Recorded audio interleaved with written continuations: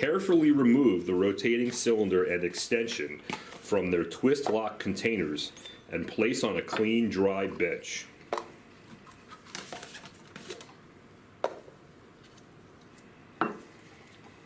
Using a lint-free cloth and 50% methanol solution, clean the mating surfaces of both the rotating cylinder and extension.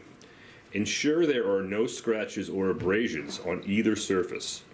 If any abnormal marks or damage is seen, contact your QLA representative immediately and do not continue to step 3, as your warranty could be voided. Place the extension on a flat bench with the mating surface facing up.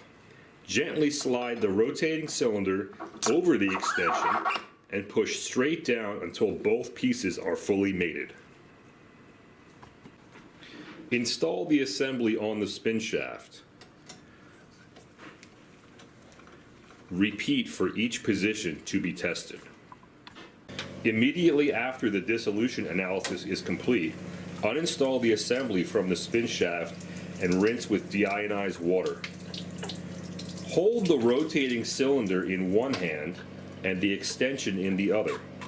Pull straight apart in opposite directions, being careful not to twist or turn either part of the assembly while pulling.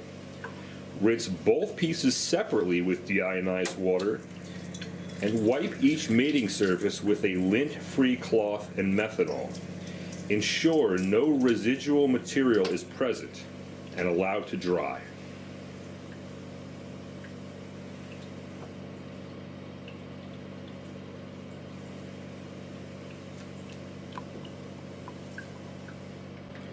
Place each piece in their respective twist lock containers and store in an appropriate location.